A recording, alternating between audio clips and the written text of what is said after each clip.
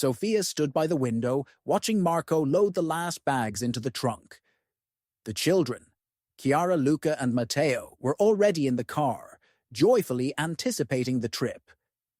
Tomorrow they were supposed to fly to Turkey, the long-awaited vacation they had planned for months, but Sophia had a strange feeling. Something was unsettling her.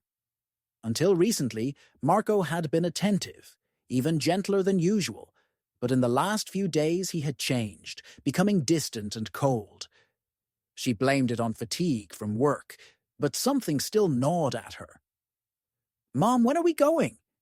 8-year-old Chiara tugged at her arm. "Dad said we'd swim in the sea tomorrow." Sophia smiled at her daughter, stroked her head, and said, "Soon, sweetheart, soon." In the morning, they arrived at the airport. Marco pulled up to the quick drop-off zone and stopped the car. The children, chattering happily, hurried out, while Sophia sat next to him, watching her husband. He looked tense, as if his mind was miles away. "We're here," he said, turning slightly and trying to smile, but the smile was forced. "Time to go. I have to get to work." Sophia looked at him in surprise. "Aren't you coming with us to check in?" she asked, feeling a slight anxiety in her chest. She expected them to spend time together until the flight, as was usual on all their family trips. "Can't," he mumbled, looking into the rearview mirror. "Urgent matters at work. I need to sort things out. You'll be fine. I'll call later."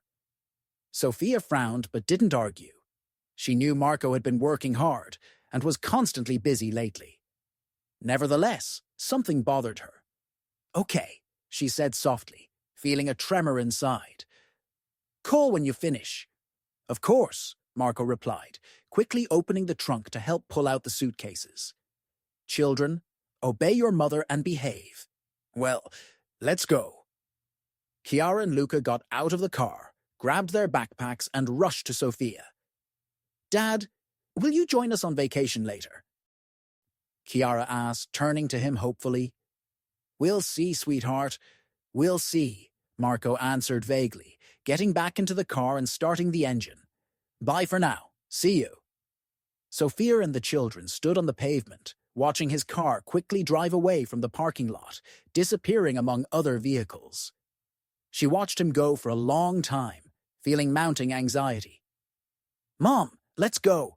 We need to get to the check-in counter," Luca called out, pulling her hand. Sophia sighed, collected her thoughts, and grabbing the suitcase, led the children to the airport entrance. The anxiety wouldn't leave, but she tried to suppress it, focusing on the children and the upcoming vacation. When they approached the check-in desk, the employee, casting an apologetic glance, announced, "Your flight has been postponed until tomorrow, due to technical issues. The plane cannot depart today.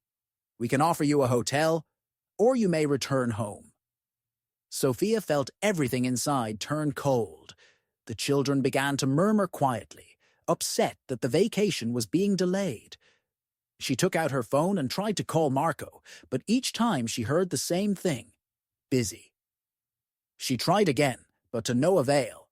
Marco was unreachable, and this only amplified her worry.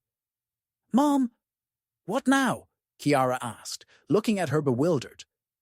"It's nothing serious," Sophia replied, trying not to show her distress. "We'll go home, spend the night there, and try to fly again tomorrow."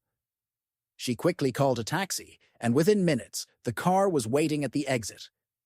Gathering the children and suitcases, they got in and drove back home.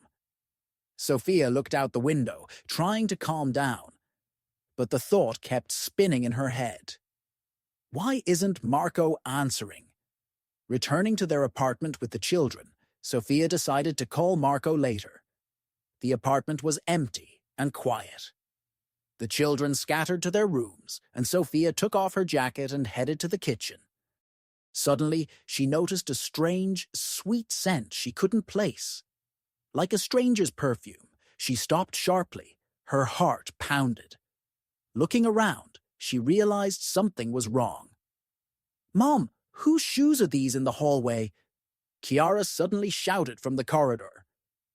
Sophia, not believing her eyes, went into the hall, and there, a little further down the corridor, near the entrance to the bedroom, lay scattered women's shoes, as if someone had thrown them off in a rush, large high heels. These are definitely not mine. The thought flashed in her mind. She slowly approached the bedroom and, pushing the door open, froze. On their marital bed lay a strange woman, half naked in just her underwear. She was staring right at Sophia, clearly not expecting her appearance. What is this?" Sophia whispered softly, not believing her eyes. At that very second, the apartment door opened, and Marco appeared in the doorway with a bottle of champagne in his hand. His smile instantly vanished from his face when he saw his wife. "Sophia, what are you doing here?" His voice trembled. Sophia looked at her husband as if he were a stranger. She stood rooted to the spot, unable to utter a single word. Everything fell into place. His nervousness, his coldness. It wasn't just fatigue. Explain to me what is going on here," she finally burst out. "Who is this woman? Why is she in our bed?" Marco tried to say something but couldn't. He was not prepared for this turn of events. Sophia turned to the children, who were already standing in the doorway, looking at their parents in fear. "Get ready," she told them curtly. "We're leaving." "Sophia, wait," he began, grabbing her arm. "Let's talk. This is not what you think." She sharply pulled her arm away. "It's clear, Marco. Everything I needed to know, I saw with my own eyes." He didn't let her go so easily. But instead of apologizing, he suddenly flared up. "Are you seriously thinking you can just leave? Don't you think I know you? You're dependent on me. You're under my support. Without me, you'll be lost." Sophia, who a minute ago was ready to burst into tears, suddenly felt a strange calm. She looked him straight in the eyes and said, quietly but confidently, "I won't be lost anymore. We will manage." She turned and went to gather the children. Marco shouted something after her, but she wasn't listening anymore. Only one thought resonated in her head. "I will do this for the children. For myself." The next day, Sophia and the children left the apartment. They moved to the village, to her grandmother's old house. It was quiet, like a fairy tale. But the house hadn't seen life in a long time. Cracked walls, an overgrown old garden. But it was the best place they could escape to. She had spent her childhood here, and this place was the only thing she had left besides the children.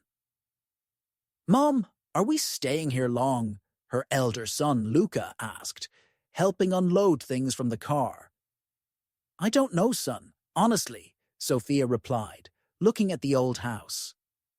"We'll live here for now, and we'll see," Sophia said, trying to keep her voice steady. Thoughts of the impending divorce and asset division swirled in her head. She knew it would be a long and complicated process. She didn't have a concrete plan yet, but one thing was clear. She did not want to return to the apartment where her cheating husband lived. Staying with him under the same roof was simply unbearable. Everything was so unfamiliar. The city hustle remained far behind. There were no supermarkets, no noisy roads, only a quiet village, snow, and the forest all around. They unpacked their things, and Sophia immediately got to work, lighting the stove, preparing dinner. Thoughts of Marco still circled, but now she had to think about the children. A week passed, and life in the village began to fall into a rhythm. Sophia found a small job at a local farm. It was hard, but she needed something, anything for survival. She wasn't planning to go to the city, not now. But new problems arose. Her youngest son, 5-year-old Matteo, started coughing and developed a high fever. Sophia spent the whole night by his bed, wiping him down and giving him medicine. In the morning, the local doctor came and said the thing she feared most. "Your boy has pneumonia. He needs to go to the hospital immediately." Sophia froze. She knew that if she didn't go with him, She would never forgive herself, but leaving the other two children was impossible. She called Marco one last time, hoping for help, but he coldly dismissed her. "I already told you, solve your own problems." Sophia barely held back tears, hung up and hugged her son. She didn't know what to do next. Sophia was in the kitchen, holding her head. The children sat at the table, silently watching her. Luca quietly asked, "Mom, what are we going to do? Matteo needs a hospital. How will we manage without you?" She looked up at her son. Her eldest was only 12, and he already understood that the situation was difficult. But what could she do? She had to act, and quickly. She knew she couldn't handle it alone. Suddenly, there was a knock at the door. Sophia wasn't expecting anyone, but she went to open it anyway. Standing on the threshold was a tall man with a serious expression. She paused, trying to recall him. Only after a few seconds did it hit her. "Giovanni," she whispered, not believing her eyes. It was Giovanni, her first love. He used to live in the same village but had left years ago to study and had vanished from her life.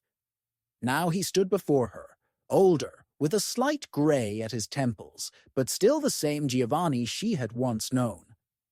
"Hello, Sophia," he nodded, as if they saw each other every day. "I heard you were back. Decided to stop by and see if you needed help."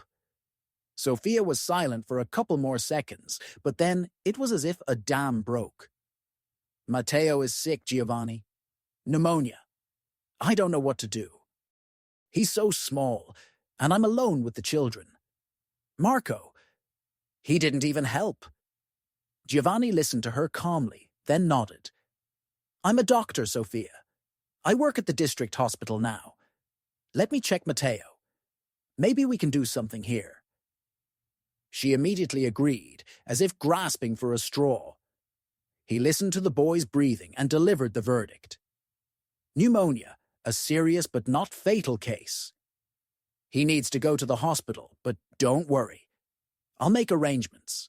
They'll admit him, and you can visit. I'll help." For the first time in days, Sophia felt relief. Giovanni quickly organized everything, and within a couple of hours, Matteo was in the hospital. Sophia sat next to his bed, watching him sleep peacefully. The fever was dropping, and her heart calmed a little. "Thank you, Giovanni," she said softly, without looking at him. "You're welcome," he replied. "We were always friends, Sophia, and I can't stand aside." The next day, Sophia returned home to Luca and Chiara. Giovanni, who drove her, offered to help with the children. "You can come and stay with us," he suggested, as they drove back to the village.